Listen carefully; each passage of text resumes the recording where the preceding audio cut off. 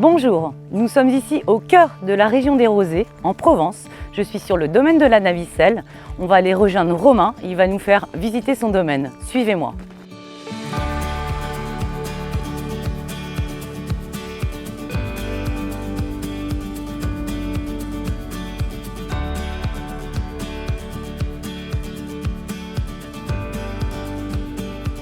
Bonjour Romain. Bonjour Brigitte. Comment vas-tu? Très bien et toi?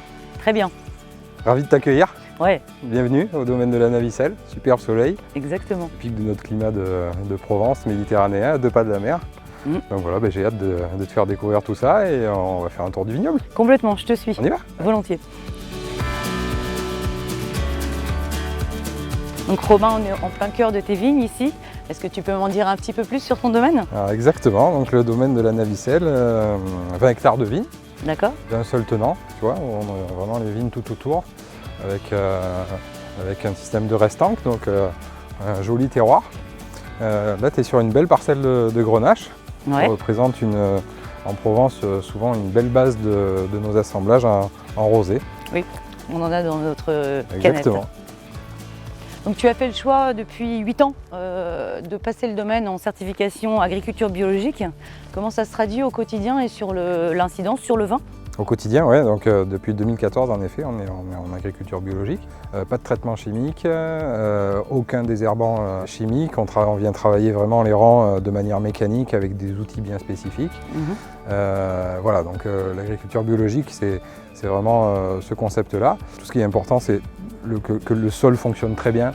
Et ça, justement, il faut appuyer certains axes de biodynamie avec de l'enherbement spécifique qui vient vraiment mettre de la vie au sol. Booster de la biodiversité à voilà. l'intérieur de la terre. Tu as la biodiversité, donc ça, c'est vraiment tout ton environnement et ton écosystème qui est vraiment important à la Navicelle.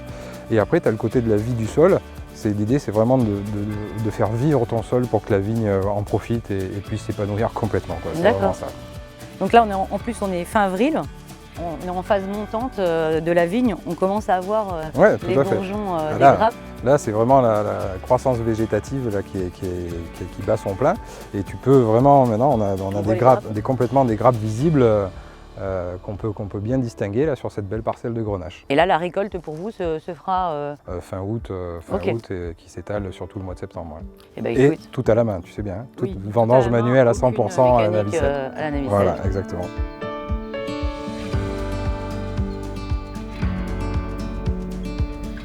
Voilà Brigitte, tu vois, c'est ici que toutes les vinifications se passent.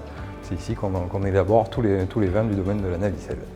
Et finalement, en fait, tes grandes cuves, c'est une canette géante, cette cuve. C'est exactement ça.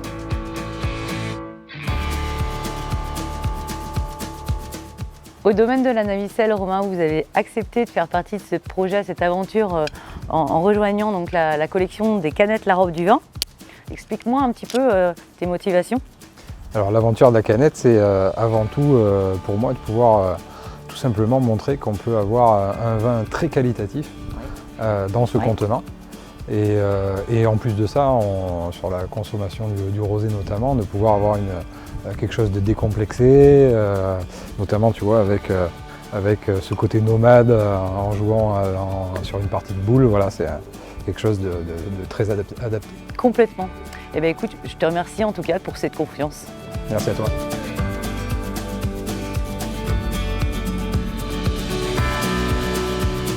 Donc ici Romain, on est dans le sud de la France, donc une région très touristique. Comment au sein du domaine, vous accueillez vos touristes? Qu'est-ce que vous leur proposez? Ça va être principalement des ateliers de dégustation, donc dégustation de nos vins. Aussi visite intégrale de la Navicelle, avec la visite des chais. Du vignoble. Voilà, du vignoble. Une activité gîte qui est importante aussi, où on a les gîtes ici avec une superbe vue mer. Voilà, avec vue mer, piscine, avec l'originalité d'avoir un terrain de paddle tennis. Donc voilà, des belles choses à faire sur la Navicelle. Eh ben, je te remercie beaucoup Romain pour cet accueil aujourd'hui. Moi je vais aller rejoindre Alice qui fait aussi partie du domaine. Elle va nous parler du rosé en canette et on va le déguster ensemble. À très bientôt. Donc j'ai rejoint Alice. Bonjour Alice. Bonjour Brigitte. Donc Alice, tu es le binôme de Romain. Donc tout à fait. Tu t'occupes plutôt de la partie commerciale et de l'œnologie des assemblages avec Romain au domaine. Donc aujourd'hui, on va déguster ta canette, domaine de la Navicelle, à flot.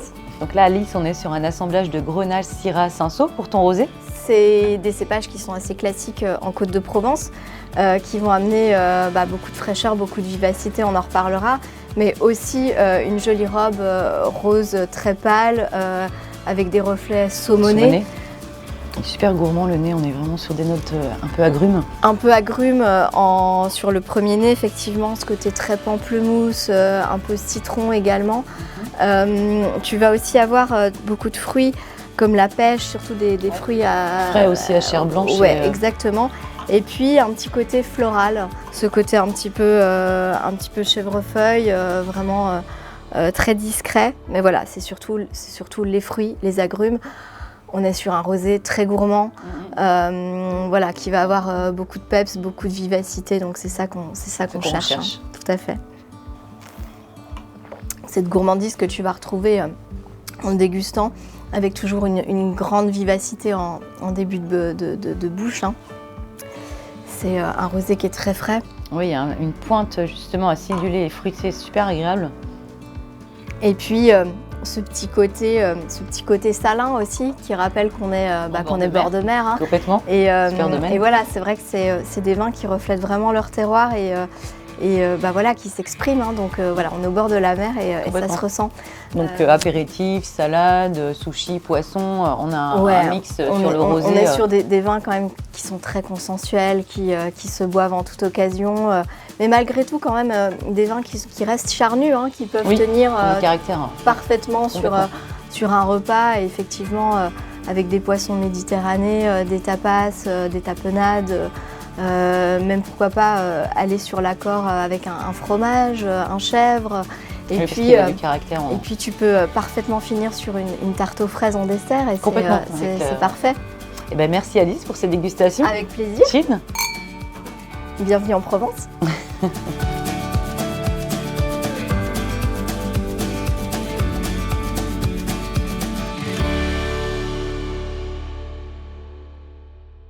Donc j'ai rejoint le chef. Bonjour Safak. Bonjour Brigitte. Eh bien écoute, j'ai amené un Côte de Provence, domaine de la Navicelle en bio. Qu'est-ce que tu vas nous faire avec ça? Alors avec ce rosé, moi j'ai envie de voyager en Méditerranée. Donc pour ça, j'ai prévu une belle pièce de cœur de thon rouge. Donc c'est la meilleure partie du thon rouge. À côté, on a des beaux poivrons de couleur. On va faire une belle sauce vierge. Et pour le thon rouge, on va vouloir garder le côté frais. On va faire seulement un mi-cuit de thon rouge. D'accord, sur son lit de mâche. Sur son lit de mâche. Eh bien c'est parti, je te suis. On y va.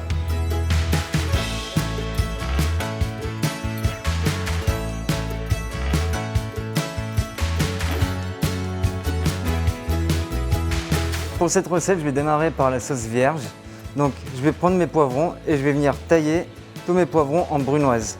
J'ai besoin de cette quantité en poivron rouge, donc ça représente un quart. Donc, je vais venir enlever le côté amer du poivron. Toute la partie blanche, quoi. Toute la partie blanche. Je vais venir parer sur les côtés et je vais garder vraiment, voilà, très fin, et ce qui va me permettre d'avoir une belle brunoise bien régulière. Je viens faire ma brunoise de poivron. Même chose pour le jaune et le vert. Exactement. Donc le dernier poivron, on a utilisé un rouge, un jaune et un vert. On va bientôt passer à l'oignon rouge. Donc pour l'oignon rouge, ça va être ciselé, très fin également.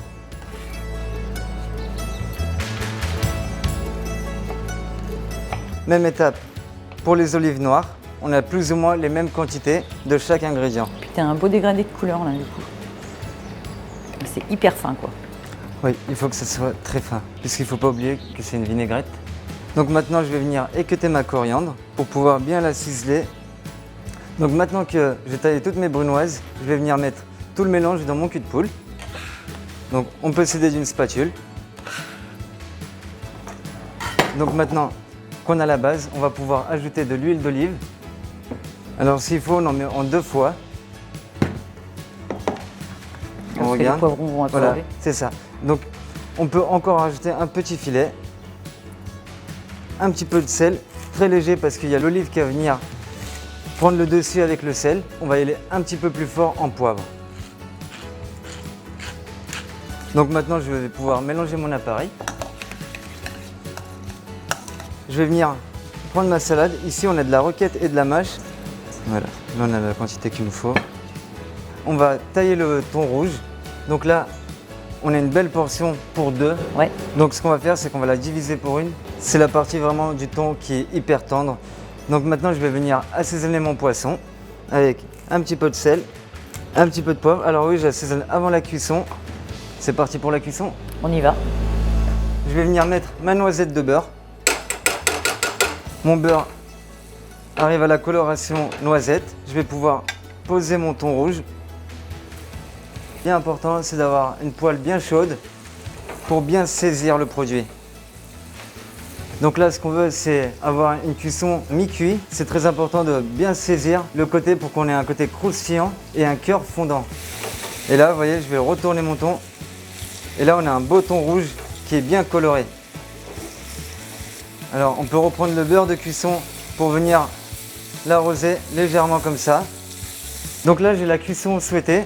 Je vais pouvoir déglacer avec du soja. Donc c'est du soja sucré. Il faut faire en sorte de bien l'imprégner dans tous les côtés du thon. Je vais venir débarrasser mon thon rouge et je vais verser mon jus de cuisson par-dessus.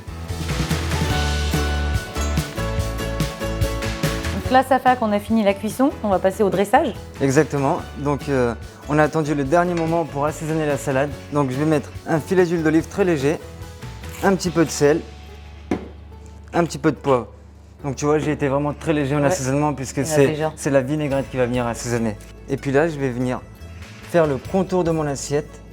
J'ai mon thon rouge qui est mi-cuit, ma vinaigrette. Donc je vais venir poser mon thon rouge dans mon assiette. Donc ma petite vinaigrette, je vais venir l'étaler un petit peu partout comme ça dans la salade. Moi, j'ai envie de rajouter une petite capucine, donc c'est une fleur comestible qui va venir décorer l'assiette. On a terminé notre bonne recette de thon rouge. Quelle est la prochaine étape maintenant? La meilleure, la dégustation. Eh bien, allons-y. Bon appétit! Bon appétit!